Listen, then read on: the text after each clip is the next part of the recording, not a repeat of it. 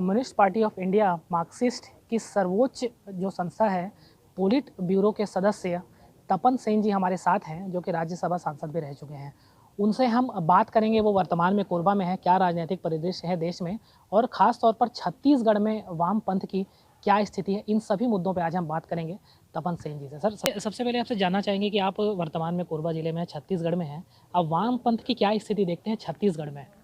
देखिए, छत्तीसगढ़ में छत्तीसगढ़ एक प्रदेश है जहाँ मजदूर आंदोलन काफ़ी संगठित है और लगातार संघर्ष के अंदर है। क्या कोयला में, क्या इस्पात में, क्या बाल्को में, इन दैट रीजन निजीकरण के खिलाफ और ये जो कॉरपोरेट पर्स पॉलिसी है सरकार ये के खिलाफ, और ये लोग जो देश को उठा के बेचने का जो एक रवैया चला रहा है सरकार, मोदी सरकार ने, इसको खिलाफ लगातार ये मजदूर आंदोलन के एक अहम हिस्सा छत्तीसगढ़ में ये लोग लगातार संघर्ष के अंदर है। और जनता के अंदर ये नीति जो उसको सिर्फ आज का प्रजन्म नहीं, आने वाला जनरेशन को भी सत्यानाश कर देगा। पिछले 70 साल में देश में जो बना हुआ है इंडस्ट्रीज, ये सबको ख़त्म कर देने का दिशा में ये जो सारी नीति अपनाया जा रहा है और बोल रहा है राष्ट्र हित में कर रहा है।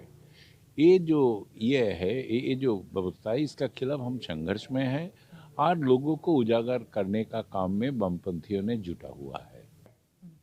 सर, जो आप चूँकि वेस्ट बंगाल से आते हैं और वहाँ की जो सीएम है अभी ममता बनर्जी, वो उन्होंने दिल्ली जाकर के काफ़ी नेताओं से मुलाकात की थी और एक तीसरे मोर्चे की तैयारी के तौर पर कहा जा रहा है, या यूँ कहें कि तैयारी चल रही है, और ये भी तैयार है कि कांग्रेस के बिना एक तीसरा मोर्चा तैयार हो सके। तो क्या संभव देखते हैं या क्या सोचते हैं आप? अभी तो उसको ही पूछना है वो क्या सोच रहा है। आज का परिस्थिति में वो एक राज्य में सीमित है। इधर उधर राज्य से कुछ एमएलए, कुछ एमपी खरीद के वो अगर समझता है जो ऑल इंडिया पावर बन जाएगा, ऐसा तो होने का नहीं है। ये एक संघर्ष के प्रक्रिया में होगा। हम लोग वामपंथी लोग ये समझते हैं ये नीति के खिलाफ जो संघर्ष, और ये संघर्ष का पक्ष में कौन है और संघर्ष का विपक्ष में कौन खड़ा है, इसी का ऊपर तय होगा कौन मोदी के खिलाफ लड़ाई करेगा और लड़ाई में उसको शिकस्त देने का ताकत रखते हैं। दूसरे मीटिंग करके, dinner meeting, lunch on meeting करके ये बात होता नहीं है। सर, जो आने वाले जो चुनाव है, यूपी में भी चुनाव है, उसके बाद लोकसभा के चुनाव भी आएंगे, तो आप कहाँ पे देखते हैं मार्क्सवादी कम्युनिस्ट पार्टी को, कहाँ खड़ी है वो अभी? मार्क्सवादी कम्युनिस्ट पार्टी ये नीति के खिलाफ लगातार संघर्ष कर रहा है, एक विकल्प नीति के बात करते हुए। मोदी का नीति जो चल रहा है वो देश को सत्यानाश करने को ले जा रहा है। हमने ये साच को जनता का पास ले जाना, उसको बाद जो प्रदेश में जो राजनीतिक ताकत है उसी का अनुसार उसका संतुलन बनेगा। अगर जनता के अंदर हम ये बात ले जा पाए तो उसी काम में हम जुटा हुआ है। अभी वो क्या होने वाला है 24 में, अभी इसका लेके स्पेकुलेट करना मेरा लगता है ये राजनीतिक रूप से सही काम नहीं है। उसका दूसरा कुछ काम जिसका नहीं है वो लोग ये कर सकता है, हम लोग को लिए ये मुनासिब हम नहीं समझते हैं। सर, जैसा कि आपने कहा कि ममता बनर्जी की आपने बात की, वो सिर्फ एक राज्य तक सीमित है। वामपंथ की भी स्थिति हम जो देखते हैं, लोग जुड़ नहीं पा रहे हैं क्या इस विचारधारा से? सिर्फ केरला तक ही हम सीमित हैं? आपका नजरिया है। अगर नहीं, मैं आपसे पूछ रहा हूँ। पार्टी राजनीति में कौन कौन राज्य में है, ये अगर कौन कौन राज्य में सरकार बना रहा है उसी में निर्धारित होता है, तो इसी में तो सही बात नहीं है। हमारे पार्टी का स्थिति सारे देश में है, हर राज्य में है। जहाँ मजदूर है, मजदूर लड़ता है, उधर हमारे पार्टी भी है। जहाँ किसान है, किसान लड़ता है, उधर हमारा स्थिति है। और ये समाज में जो दोनों मुख्य उत्पादनकारी जो ताकत है वो जहाँ है, जहाँ संघर्ष में है, आप देखोगे लाल झंडा उधर है, ऐसा नहीं है जो नहीं है। तो ये हम मानते हैं जो हमारा स्थिति इसी से नापा जाए, जो कहाँ कितना संघर्ष हो रहा है, और उसी में हमारे सक्रिय भागीदारी है। सर, फिर भी जैसा अगर देखा जाए, हम इतिहास को खंगालें तो भगत सिंह जैसे जो लोग थे क्रांतिकारी थे, यहाँ मार्क्सवादी विचारधारा के थे। लेकिन वर्तमान परिवेश में आप ऐसा महसूस करते हैं क्या कि वामपंथ जो विचारधारा है हाशिए पे चली गई है? वामपंथी एकमात्र विकल्प है ये जो चल रहा है उसका, दूसरा कोई अल्टरनेटिव नहीं है। आज जो मोटे मोटे सारे विरोधी दल बोल रहा है, जो निजीकरण के खिलाफ बोल रहा है, एक समय वो निजीकरण का पक्ष में था।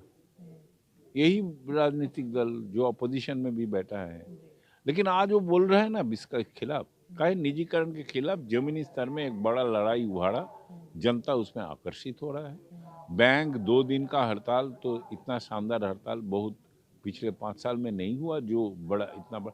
तो ये जो उभार आ रहा है, इसी में देखिए एक समय जो निजीकरण का पक्ष में खड़ा था, वो अपने सरकार जब था वो निजीकरण का नीति को आगे पुश करने का कोशिश किया था। आज मजबूरी में वो लोग इसी पक्ष में खड़ा होना पड़ता है। एक खेती का कानून जो रिपील हुआ, एक खेती का कानून जब पहला ऑर्डिनेंस के रूप में आया, इंटर पॉलिटिकल कम्युनिटी चुपचाप बैठा था, सिर्फ लाल झंडा नहीं पहला आवाज उठाया था। और देश के मजदूर आंदोलन पहला आवाज उठाया था, उसमें सिर्फ लाल झंडा नहीं था, सारे झंडे का मजदूर आंदोलन था। जो सेकंड डे जो दिन ऑर्डिनेंस हुआ उसका सेकंड डे अपना आवाज बुलंद किया था, जो नहीं हम इसको खिलाफ है, ये सत्यानाश कर देगा देश को। तो ये है। लेकिन आज का दिन में आप देखो जो खुद को विरोधी मानते हैं वो खेती का कानून का पक्ष में बात नहीं करने का हिम्मत नहीं है। और जो विरोधी नहीं मानते हैं, मतलब मोदी का टोली में है, जैसा अकाली दल था, जैसा YSR वगैरह वगैरह रीजनल पार्टी कुछ था जो चुपचाप बैठा था, अभी उसको भी बोलना पड़ रहा है जो नहीं हम इसका खिलाफ है। तो ये परिस्थिति जनता ने बनाया है जमीनी स्तर में, और हम वो जनता का संघर्ष के जो हथियार उसी में विश्वास रखते हैं वामपंथियों ने। तो आज तक जो अल्टीमेटली जो मुख्य विचार होके सामने आ रहा है, जैसा खेती का बिल वापस करो, निजीकरण ठीक नहीं है, हाँ, ये जो आम गरीबों का रोजगार मिलना चाहिए, हाँ, ये जो बात आ रहा है ये सारे वामपंथियों का स्लोगन है, बाकी कोई कभी नहीं दिया था, अभी वो लोग वो स्लोगन अपना रहा है। तो वामपंथी का जो विचार वो तो प्रतिष्ठित हो रहा है, काहे दूसरे वामपंथियों को बाउंड्री छोड़ के दूसरे पार्टियों में भी ये इसका इम्पैक्ट जा रहा है, उसको बोलना पड़ता है, ऑल्दो मजबूरी से तो बोलना पड़ता है। तो यही मजबूरी पैदा करते हुए ही संतुलन बदल सकता है, दूसरा कोई रास्ता नहीं है। सर, आप के कहने का ये भी मतलब है कि आपकी विचारधारा को लोग जरूर अपना रहे हैं, लेकिन क्या वो वोट में परिवर्तित नहीं होते? क्योंकि जब तक आप सत्ता में आएंगे नहीं। ये तो दिखने वाली बात नहीं है, सत्ता में आने वाली बात नहीं है। सत्ता में जो भी हो उसका ठिकाना लगाया जा सकता है, जैसा मोदी का ठिकाना लग गया खेती का कानून पर, वो तो सत्ता में है, वो ठिकाना लगा दिया ना। ऐसा पहले भी जो सत्ता में था, ये निजीकरण का दौर तो 1991 से चला, ज्यादातर नहीं कर पाया, काहे नीचे में जो संघर्ष होते हुए उसका ठिकाना लगाया, जो भी सत्ता में हो। तो हम उसी में संघर्ष में विश्वास करते हैं लाल झंडा वाले, जो इसी में हम सबको ठिकाना लगा सकता है और हमारे विचार को सबको विचार में हम कन्वर्ट कर सकता है, और इसी में विकल्प बनेगा, दूसरा कोई रास्ता नहीं है। सर, आप भी राज्यसभा में थे, सांसद रहे, प्रतिनिधित्व किया अपने क्षेत्र का, तब की परिस्थितियां और आज जो परिस्थितियां हैं राज्यसभा में, कहाँ आप अंतर देखते हैं, क्या सोचते हैं? भयंकर अंतर है, भयंकर अंतर है। कम से कम हम भी जब पार्लियामेंट में था तब भी पार्लियामेंट का जो प्रक्रिया था उसको मोटे मोटे फॉलो किया जा, उधर भी खमियां था, ऐसा नहीं है, बट फॉलो किया जा रहा है। आज तो पार्लियामेंट का जो प्रोसीडियर है, संसदीय लोकतंत्र का जो प्रक्रिया है, इसको कम्प्लीटली इग्नोर करते हुए सरकार अपने राज चला रहा है। जैसा ये जो इलेक्टोरल बिल का आया, जो खतरनाक बिल है, ये बिल को सुबह रखा है, लंच के बाद बोलता है अभी पास होगा, कभी नहीं होता था। पार्लियामेंट्री प्रक्रिया में एक कानून जब आता है, वो कानून स्टैंडिंग कमेटी से जाते हैं, उसमें उसका स्क्रूटिनी होता है, उसी में सारे स्टेक होल्डर के साथ बात किया जाता है, उसका मत सुना जाता है, उसके बाद स्टैंडिंग कमेटी को अपना रिकमेंडेशन देता है, उसको बाद वो पास होता है। ये पूरा प्रक्रिया छोड़ के सुबह लाया शाम को पारित कर दिया। ये क्या है? ये लोकतंत्र नहीं है। सारे पार्लियामेंट्री कॉन्स्टिट्यूशनल प्रक्रिया को इग्नोर करते हुए जो कर रहा है, ये कोई लोकतंत्र नहीं है। तो हमने मांग किया वो कानून को सिलेक्ट कमेटी में लिया जाए। लोकसभा जब पास ही कर दिया, राज्यसभा में जाए तो, लेकिन वो सुनने वाला नहीं है और चर्चा नहीं करने दे रहा है। अमेंडमेंट मूव करना, कोई कानून पारित करने का प्रक्रिया में एक बुनियादी बात है। अगर हम अमेंडमेंट मूव करना चाहे, वो अमेंडमेंट का ऊपर वोटिंग होता है, वो नहीं कर रहा है। वो धनी वोट में सब कुछ पास करवा दे रहा है। तो लोकतंत्र का जो मंदिर, ये तो खत्म कर दिया बीजेपी के सरकार। तो निश्चित रूप से आज का स्थिति भयंकर स्थिति है, जो लोकतंत्र के लिए खतरनाक है। सर, आने वाले चुनाव में किस पार्टी के साथ आप जा सकते हैं? गठबंधन करेंगे या एकमात्र आप लोगों का जो लक्ष्य है वो भाजपा को सत्ता से बेदखल करना है, ऐसा भी लगता है? ये भी एक टाइप का जुआ खेलने वाली बात है, स्पेकुलेशन है। आने वाला चुनाव में उसी समय देखा जाएगा। हम लोग भाजपा को हटाना चाहते हैं। वो आज का डेट में वो सबसे बड़ा भाजपा और आरएसएस, ये हमारे समाज के दुश्मन है, देश के दुश्मन है। इसको जाना चाहिए और इसी लक्ष्य में हम काम कर रहा है, काम करेंगे। उस समय क्या होगा, कौन किसके साथ जाएगा, उस समय तय होगा। आज से वो लेके स्पेकुलेट करना, रादर ई भाजपा को जो असली चेहरा को आम जनता को उजागर करने का काम, उसी में खानी पहुंचाएंगे। अभी से आप वो लेके अगर स्पेकुलेट करना शुरू करते हो, छत्तीसगढ़ में काम है भाई वो स्पेकुलेट करना। क्या सर, छत्तीसगढ़ में अगर हम बात करें तो नक्सलिज्म एक बहुत बड़ी समस्या है। हाँ। और आपके पार्टी के जो संगठन के जो कार्यकर्ता हैं, जो पदाधिकारी हैं, लंबे समय से काम भी करते रहे हैं आदिवासियों के बीच।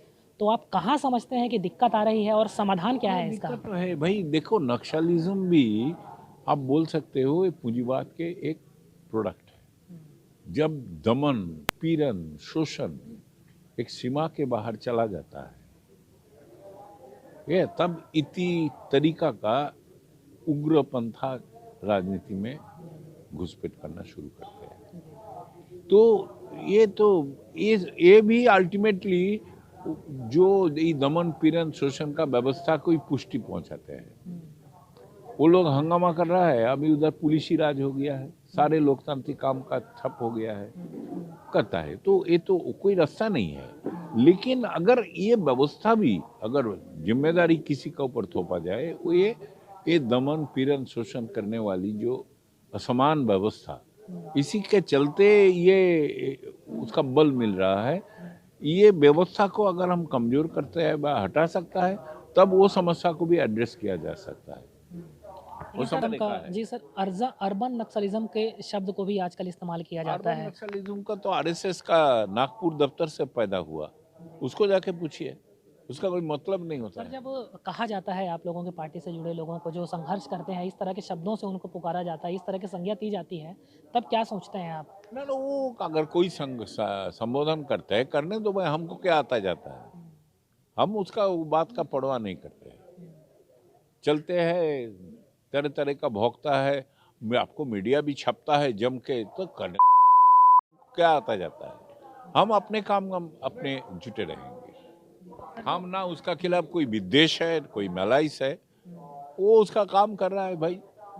पूंजी सब कुछ चला रहा है और पूंजी का साथ जो उठता बढ़ता है, वो लोग उसी का एजेंडा को पुश करेगा। वो हम जानते हैं। वो तो हमको वो लेके सरदर्दी करने का कोई मतलब नहीं होता है। सर, छत्तीसगढ़ में तीसरे मोर्चे की बात होती है, लेकिन तीसरा मोर्चा यहाँ है नहीं वास्तव में। तो आने वाले चुनाव में क्या आप पिकअप देंगे? चौथा मोर्चा, ये बोलने का टाइम नहीं हुआ भाई। कौन बोलता है तीसरे मोर्चा? ये अल्टीमेटली दो ही मोर्चा बन जाए, ये कोई बोल सकता है? It is too early to say तीसरे मोर्चा, चौथा मोर्चा। सब अपने अपने राजनीतिक धंधा का रोटी सेक रहा है ये तीसरा चौथा मोर्चा का बात करते हुए। हम मानते हैं जो अभी वो बोलने का समय ही नहीं हुआ। अभी इमीडिएट ये नीति के खिलाफ लोग जो लड़ रहा है सड़क पे, तुम वही लड़ाई में शामिल हो और लड़ाई का एक गर्माहट बढ़ाओ, उसी का अंदर तय हो जाएगा कौन कहाँ रहेगा। चलिए सर, हमसे बात करने के लिए बहुत बहुत शुक्रिया सर आपका। धन्यवाद। चलिए सर, हम बात कर रहे थे तपन सेन जी से, जो सर्वोच्च संस्था है मार्क्सवादी कम्युनिस्ट पार्टी की। 20 सदस्यों वाली पोलिट ब्यूरो के ये मेंबर हैं। विस्तार पूर्वक इन्होंने बताया देश में क्या हालात हैं, तब के राज्यसभा और आज के राज्यसभा में क्या अंतर है। छत्तीसगढ़ के विषय में भी, नक्सलाइट समस्याओं पर भी इन्होंने हमें खुल के विस्तार से चर्चा की। राजकुमार शाह, ईटीवी भारत, कोरबा।